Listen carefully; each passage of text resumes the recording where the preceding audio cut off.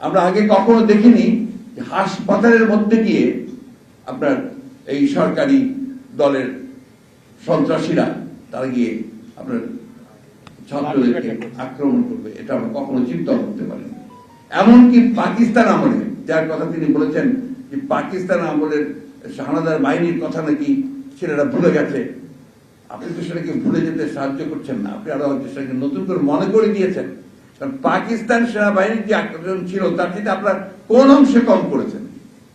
আমরা তখন ঢাকা বিশ্ববিদ্যালয়ের পড়ি, মাহবুব ভাইরা আছেন, জামাল ভাইরা আছেন, তখন ছিল এনএসএফ, আপনার আইয়ুব খানের দলের লোক, ন্যাশনাল স্টুডেন্টস ফেডারেশন, তারা এইভাবে আমাদেরকে আক্রমণ করতো, তারা আমাদের এইভাবে আমাদের সভা বন্ধ করতো, আমাদের সমস্ত আন্দোলনকে তারা নস্যাৎ করে দেওয়ার জন্য শক্তি প্রয়োগ করতো বিভিন্নভাবে এই অস্ত্র শস্ত্র নিয়ে।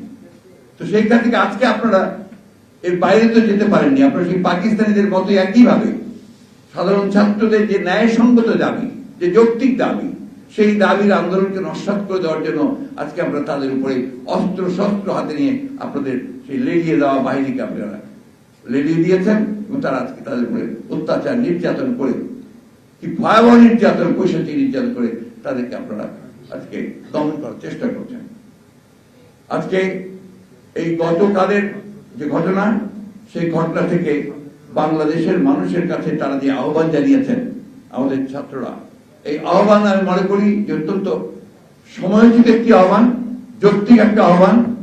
আমার খুব ভালো লেগেছে এই জন্যে যে আমরা এতদিন ধরে আন্দোলন করছি, আমরা গণতান্ত্রিক আন্দোলন করছি, আমরা এই কথাটা বারবার করে বলার চেষ্টা করছি যে এই সরকার জনগণের বিরুদ্ধে অবস্থান নিয়েছে, এই সরকার জনগণের যে অধিকারগুলো সেগুলোকে হরণ করে তারা গণতান্ত্রিক যে পরিবেশ সেটাকে সম্পূর্ণভাবে ধ্বংস করছে।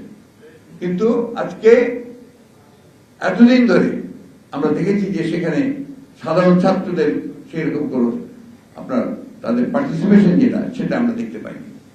আজকে যখন তারা তাদের একটা ন্যায়সঙ্গত দাবি নিয়ে সামনে এগিয়ে এসেছে, সেখানে তারা নিজেরাই আজকে উপলব্ধি করছে যে কি ভয়াবহ একটা পরিস্থিতি সৃষ্টি হয়েছে। তারা কালকে যে আহ্বান জানিয়েছে, আমি মনে করি সমগ্র দেশের মানুষের এই আহ্বানে সাড়া দেওয়া উচিত এবং সমস্ত রাজনৈতিক দলগুলো এখানে আপনার সাড়া দেওয়া উচিত। আর কারণ কালকের যে বিষয়টা ছিল, এটা শুধুমাত্র কোটা আন্দোলনের বিষয়ে পরিণত ছিল না, কালকের এই বিষয়টা ছিল সম্পূর্ণভাবে যে আমার সন্তানদের উপরে অন্যায়ভাবে, অযৌক্তিকভাবে তাদের উপরে আক্রমণ করা হয়েছে, সেই আক্রমণটা ভয়াবহ আক্রমণ, এবং তাতে করে আমাদের সন্তানেরা আজকে অত্যন্ত আহত হয়েছে, নির্যাতিত হয়েছে। গোটা বিশ্ববিদ্যালয়ের ব্যবস্থা আজকে শিক্ষা ব্যবস্থা ভেঙে পড়েছে। এটা শুধু ঢাকাতে নয়, সারা দেশে হয়েছে। আজকে মুশফিকুর রহমান সাহেবের এই শতবার্ষিকী পালন অনুষ্ঠানে আমি বক্তব্য দীর্ঘ করতে চাই না। আমরা বারবার করে বলে আসছি যে আজকে দেশকে তারা ধ্বংস করে দিয়েছে।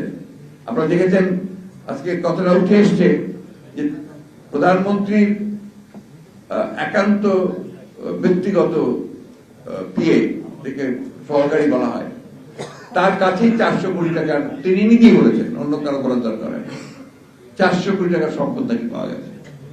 এতদিন যে কাজ করলো প্রায় 15-16 বছর ধরে, তিনি এতদিন তো উনি কিছু জানতে পারলেন না।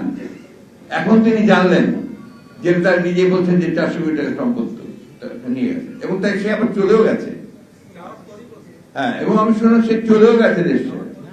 এখন প্রশ্নটা হচ্ছে যে আপনারা এটাতে যাওয়ার পরে বলেছে, আপনারা এতদিন এটা প্রমাণিত হচ্ছে যে একটা জিনিস একটু লক্ষ্য করবেন যে আসলে মূল যে দাবি জনগণের, যে একটা সুষ্ঠু অবাধ নির্বাচন চায়, এই গণতন্ত্রকে ফেরত চাই, ভোটের অধিকার ফেরত চাই, এই দাবিগুলোকে পাশ কাটানোর জন্য একটার পর একটা ঘটনা ঘটিয়ে তারাই ঘটনা ঘটাচ্ছে, ঘটিয়ে জনগণের যে দৃষ্টি, সেই দৃষ্টিকে তারা বিভ্রান্ত করছে।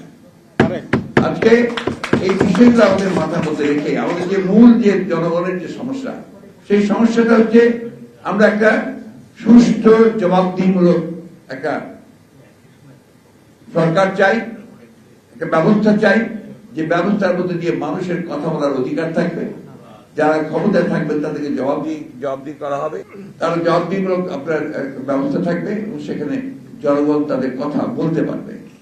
বন্ধুগণ, বক্তব্য দীর্ঘ করবো না, শুধু কথা বলে একটা কঠিন সময় আমরা অতিক্রম করছি। এই সময়ে যদি আমরা রুখে দাঁড়াতে না পারি, এই সময়গুলো যদি আমরা রুখে দাঁড়াতে না পারি তাহলে আমাদের দেশের জাতির অস্তিত্ব বিপন্ন হয়ে পড়বে। আমরা বরাবরই বলছি আওয়ামী লীগ এখন আর সেই আওয়ামী লীগ নেই। আওয়ামী লীগ এখন একটা সম্পূর্ণ দেউলিয়া একটা রাজনৈতিক দলে পরিণত হয়েছে। আওয়ামী লীগ সম্পূর্ণভাবে নির্ভরশীল হয়ে পড়েছে এখন আমলাদের উপরে এবং তার তথাকথিত বাহিনীর উপরে, যারা আজকে রাষ্ট্রকে সম্পূর্ণভাবে একটা পুরোপুরিভাবে একটা ফ্যাসিবাদী রাষ্ট্রে পরিণত করেছে। আমি ফ্যাসিবাদ সম্পর্কে আমার ধারণা বই পড়ে বিভিন্ন ভাবে, কিন্তু কোনো ধারণা ছিল না। কালকে আমার মনে হয়েছে যে আমি ফ্যাসিবাদ দেখি, আমি আমার চোখের সামনে ফ্যাসিবাদ দেখি যে যখনই কোনো কিছু দমন করতে হবে বিরোধী দলকে বা বিরোধী কথাকে, এমনকি ছাত্রদের দাবিগুলোকে, তখন এইভাবে তাদের দলের বিভিন্ন লোকজনদেরকে দিয়ে, সন্ত্রাসীদেরকে দিয়ে তাদেরকে লেলিয়ে দেওয়া, তাদেরকে আপনার পুরোপুরিভাবে স্তব্ধ করে দেওয়ার চেষ্টা করা।